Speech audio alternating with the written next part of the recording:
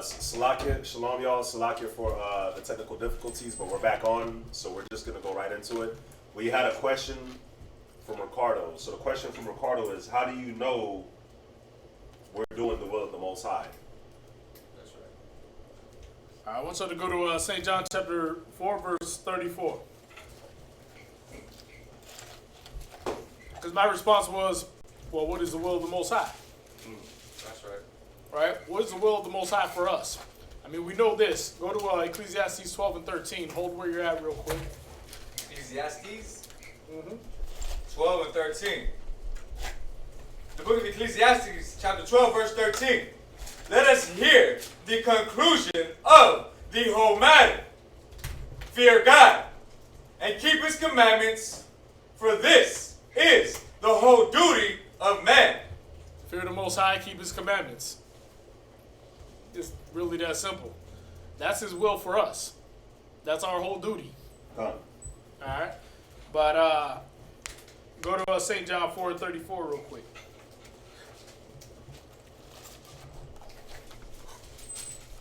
The book of John, chapter 4, verse 34.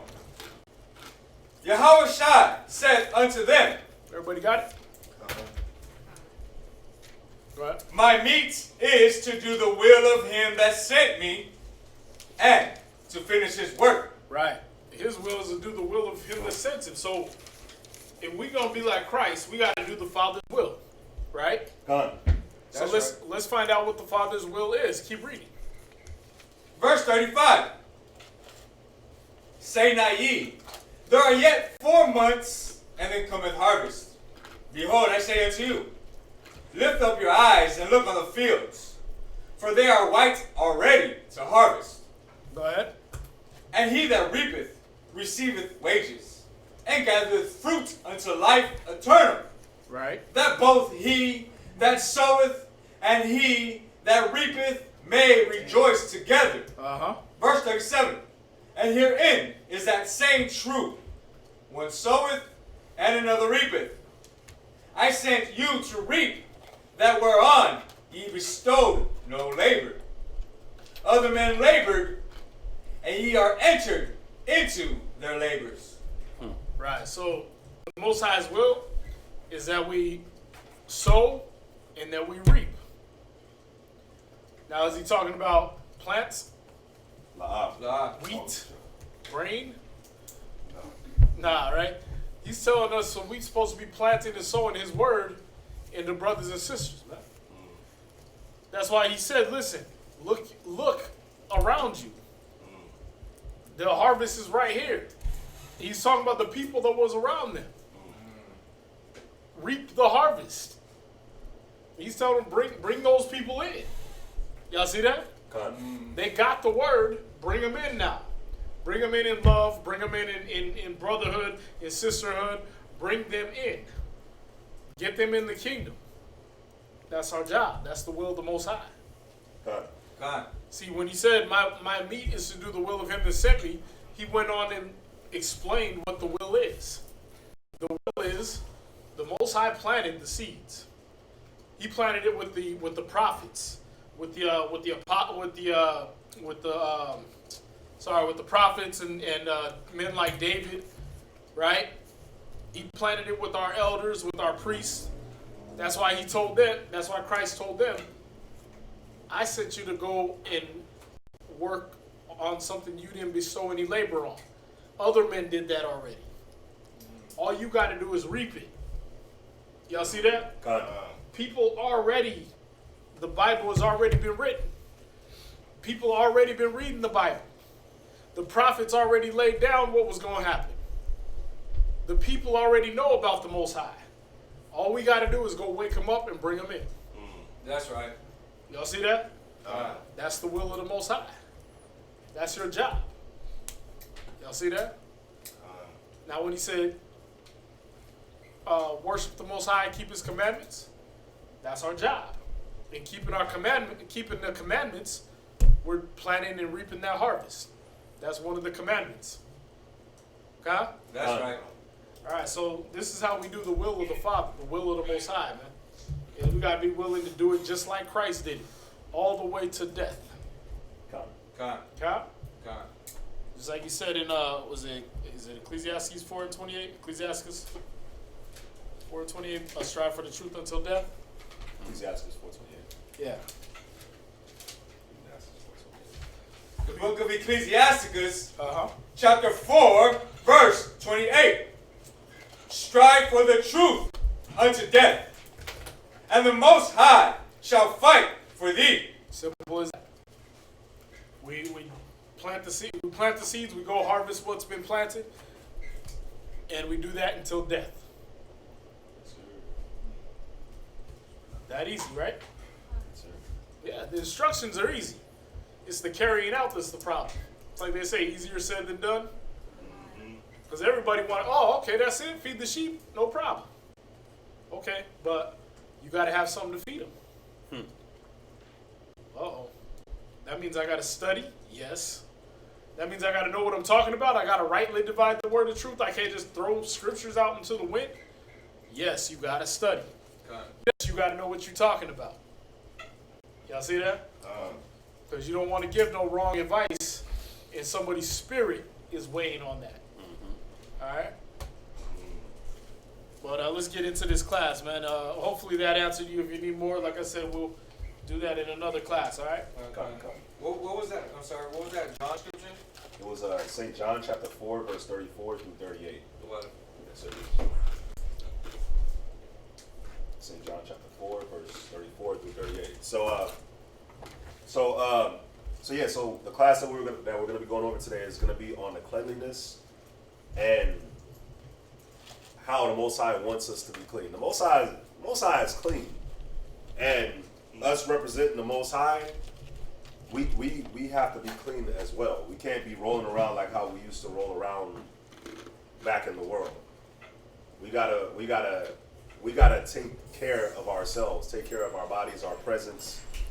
You know, we gotta make sure that we, you know, I have to say this, but we gotta make sure that we taking showers, you brushing your teeth, you putting on deodorant, you washing your clothes, you keeping your house, your bathroom, your room, your kitchen, your cars. You know, you got to make sure that you're keeping yourself clean. Why? Because you're an example for your nation. Let's start like this. Let's go to Genesis chapter 41 and verse 14. And then somebody give me 2 Corinthians chapter 5 and verse 20. Genesis chapter 41 and verse 14.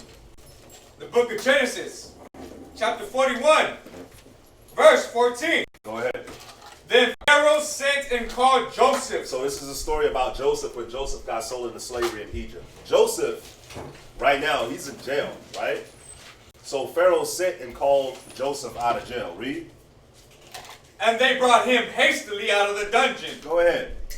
And he shaved himself and changed his raiment and came in unto Pharaoh. So Joseph shaved himself, because that was their custom, the Egyptians' custom, and changed his raiment and came in unto Pharaoh, right?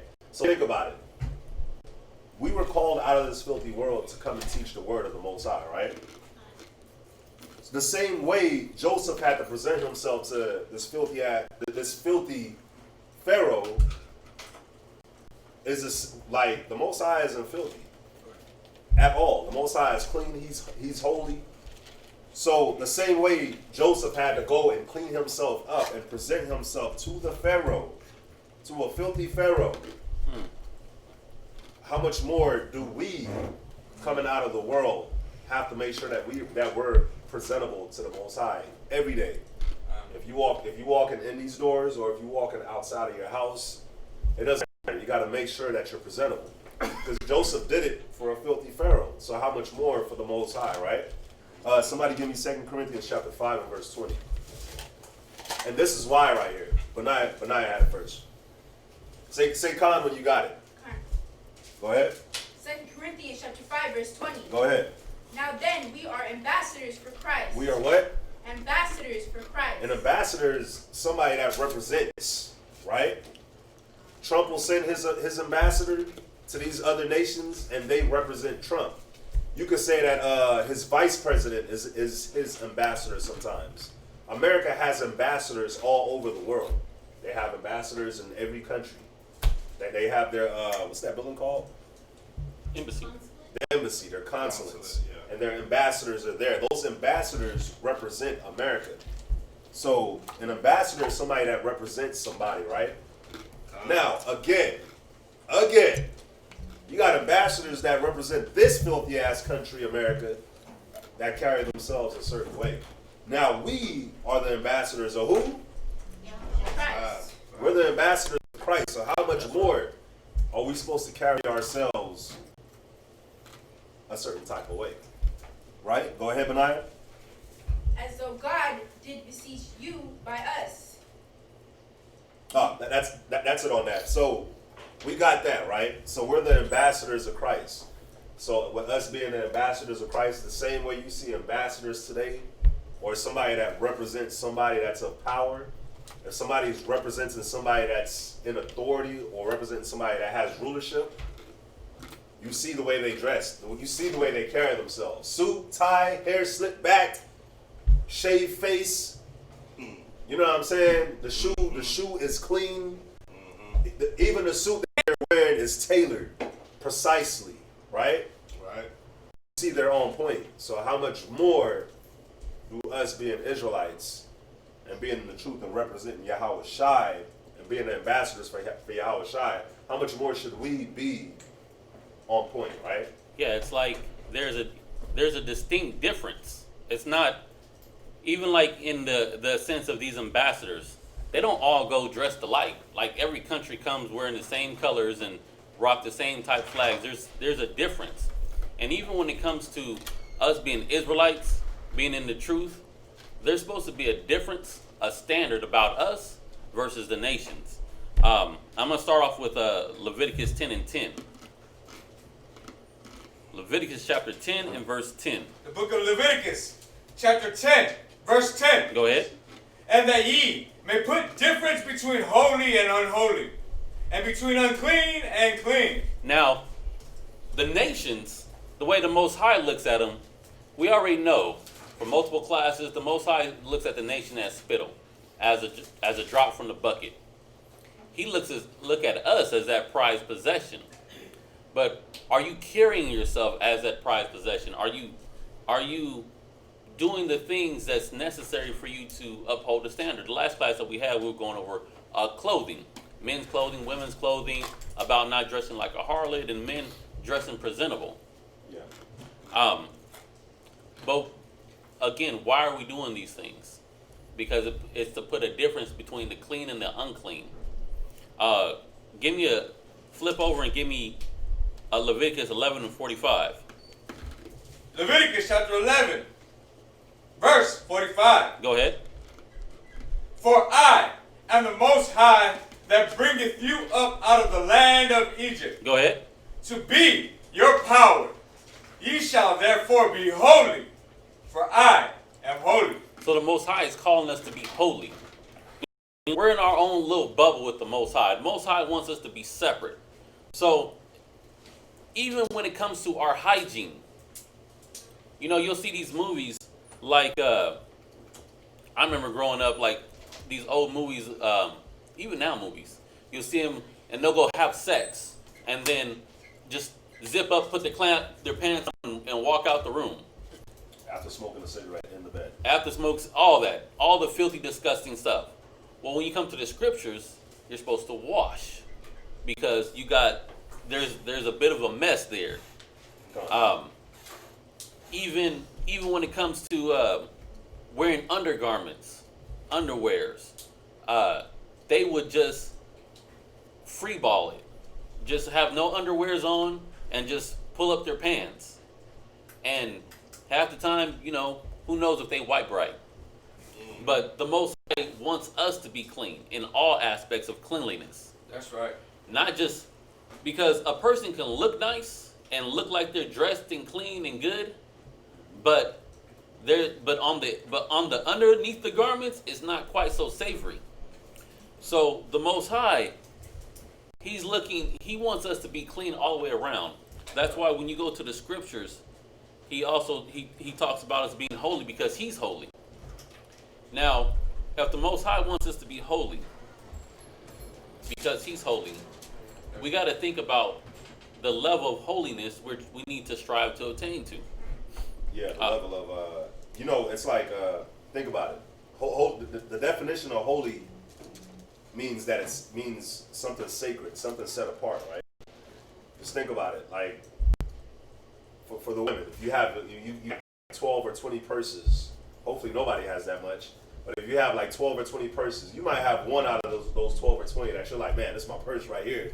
Or if you have your dress, you have a certain outfit, you're like, man, out of all the outfits I got, this is my favorite one right here, right? You wear that one for your favorite day, you're going out, this is what I'm gonna wear, it's my favorite.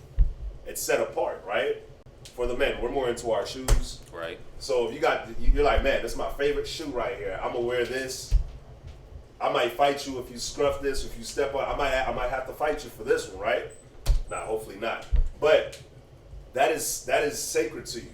Think about those things that's sacred to you. How do you treat those things that's sacred to you? Your favorite, whatever it is, that's in the house. For the sisters that cook, you got 1 million pots. But you just bought that new pot. That new pot is sacred. When you wash it, you don't want to scratch it so that the stickiness goes away. When you wash it, you make sure that the little white part don't start to change colors underneath the pot. You keep all that looking right because it's pretty much sacred to you. So the point I'm making is think about how you treat something that's sacred. You take care of it. If something is new, it's sacred to you. So you take care of it. You go the extra mile.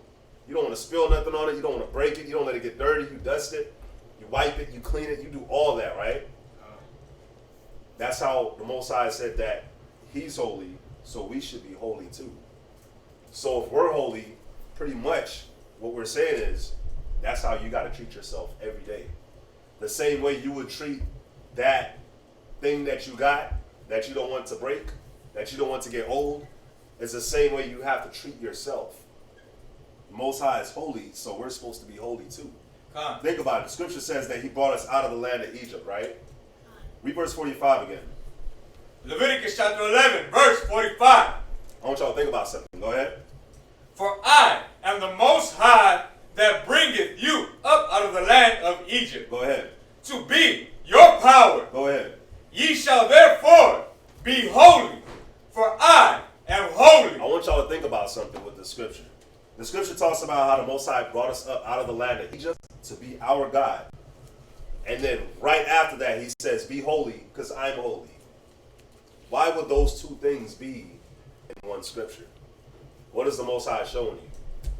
What is the scripture showing you? That Egypt was a filthy, dirty place. Exactly. That's what you were going to say too? Yes. So Egypt is a filthy, dirty place. The way they acted, the way they carried themselves, everything was filthy, right? Mm-hmm. That's why the Most High says, be holy, for I'm holy. So what is America?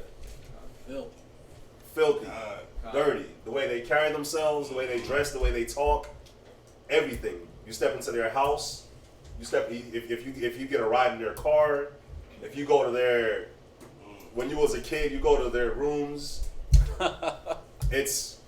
Oh, look, you go into the rooms, there's pet fur all over the place. There you go. There's like, there's a twang in the air. There's a twang on them. I've been. It smells like ferret. Oh, it smells like ferret. Yeah, exactly. Oh, ferrets they're stinky little animals. Even think about this, like coming out of the nations, breaking off from the nations. Well, we're in this captivity right now here in America. Think about what the COVID-19 is bringing about. You got to wash your hands. Now, did the COVID-19, the coronavirus really have to come around for them to understand that you got to wash your hands now?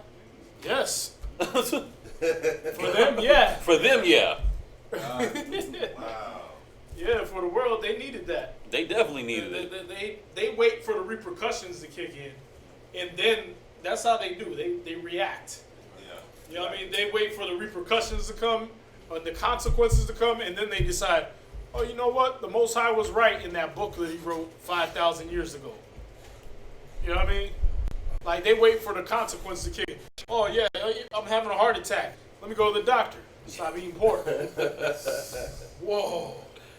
You must be some kind of wise swami or something that you mysticize how to stop you from having a heart attack. No, it's been right here in the Bible. All this time. That's right. Y'all see that? God. So yeah, they needed that. They did. They have to wait for the consequences to kick in. For us, we know better, right? God. Wash your hands. Why? Because for us men, chicks don't like guys with dirty nails. You know what I mean? They be looking at you. I remember my coach when I was in high school. He was like, "Yeah, I teach my daughters when they shake a man's hand to check his nails out." You know what I mean? Like if the dude's got black under his fingernails, yeah, he might be working hard, but he don't take care of himself. Y'all see that? He don't clean up under there. So you gotta watch that. You know, he was telling his daughter how to disqualify a potential husband. Just based off that level of cleanness. You know what I mean?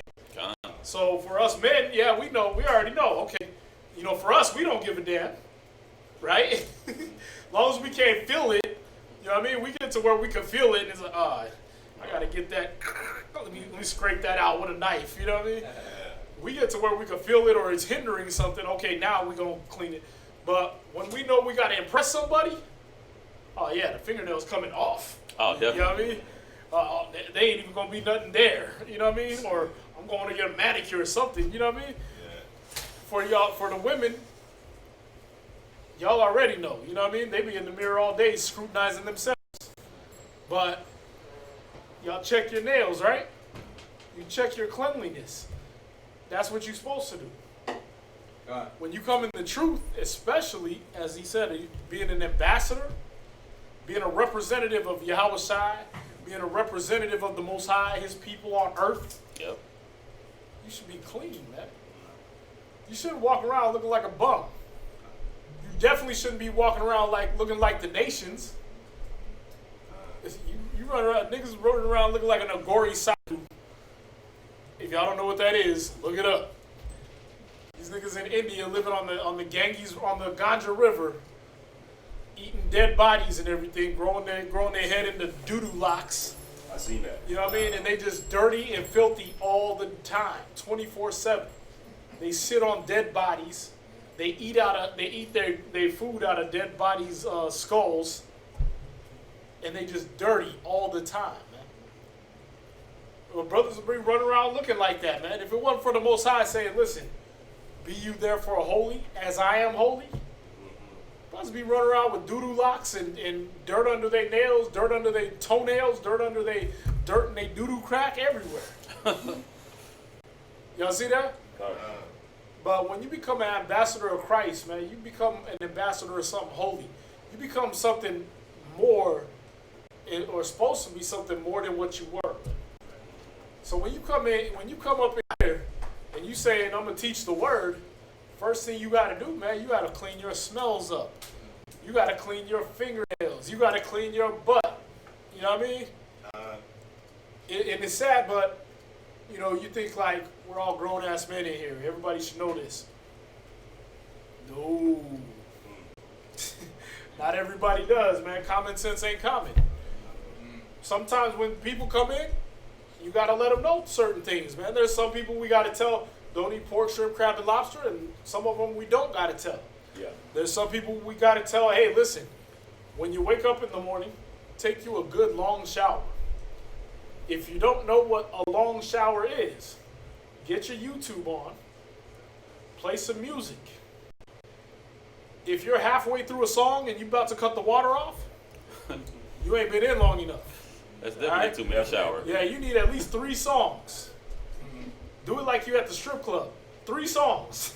You know what I mean? You need at least 3 songs before you jump out that shower, man. If you've been in there shorter than that, you ain't cleaned something.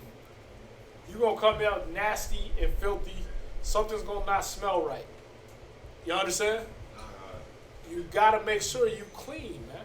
That's right. Because how you going to talk about the kingdom of heaven and the streets of gold and the cleanliness and is next to godliness and all these type of things? How you going to talk about somebody like Most High, the King of Kings, and you smell like You smell like the bums on Main Street. You know what I mean? You smell like you live under the freeway. It ain't gonna work like that, man. If he called you above all nations on the earth, why you smell like you live below? The dude got in the damn in the outhouse, underneath the outhouse. What? I forgot why. I forgot why he had to do it, but he was up under that. Y'all can't be running around looking like that. Y'all hear me? Yeah, because again, you're representing the Most High, man. When people see you, that's what they should see. Remember when Christ said it? He said, Philip, if you seen me, you seen the Father. Ooh. So what if Christ was running around with grungy ass fingernails, doodoo locks, half his ass crack showing, Crusty toes. Yeah. Dirty like, garments. damn, how you bust through your sandals? You need to clip them toenails, Christ. You ain't never hear nobody talking about Christ's smell, his appearance, right? Why? Because he knew that when you seen him, he was looking at the Father. He had to represent, man. You can't run around talking about I'm the Son of God, and you smell like the son of Satan's toe jam. You know what I mean? It don't work like that. I wouldn't want my son running around talking about, I'm Thawam's son, and you can smell him coming in the door. Yeah.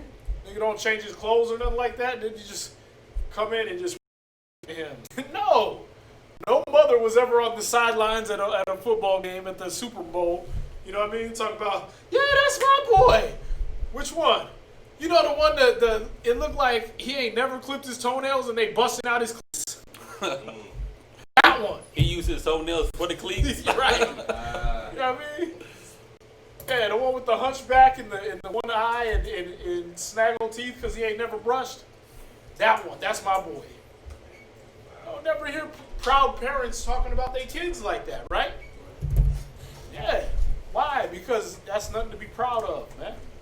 And it's a reflection on the parent. Y'all get that? So if we run around smelling, looking unclean, being unhygienic, right? You open your mouth and people, it smell like the back of your anus when you open your mouth. Dang.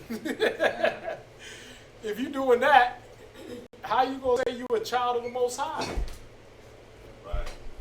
You smell like the devil. Damn. Con. It's not welcome here. I had a friend. He fit all these descriptions. Wow. And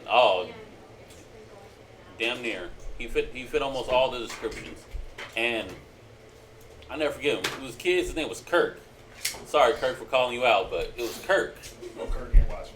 I know Kirk ain't watching. Kirk probably still in his field, but boy used to eat chitlins. Yes, it's like chitlins was his favorite delicacy or whatever. Wow. And every time he came around, his breath smelled like boo-boo. Literal boo-boo coming out of his mouth.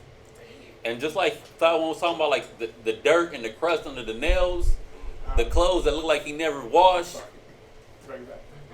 Now, his family had the same access to the same washroom as we had in the apartments, but for some reason they didn't make as many trips. Or it seemed like his mom would be on point, but she would just let him be like whatever. So, But yeah. what do you think when he's around? You don't think like if they know I'm representing the people that's gonna be there? Like, damn, if that's what heaven smell like, I want to go.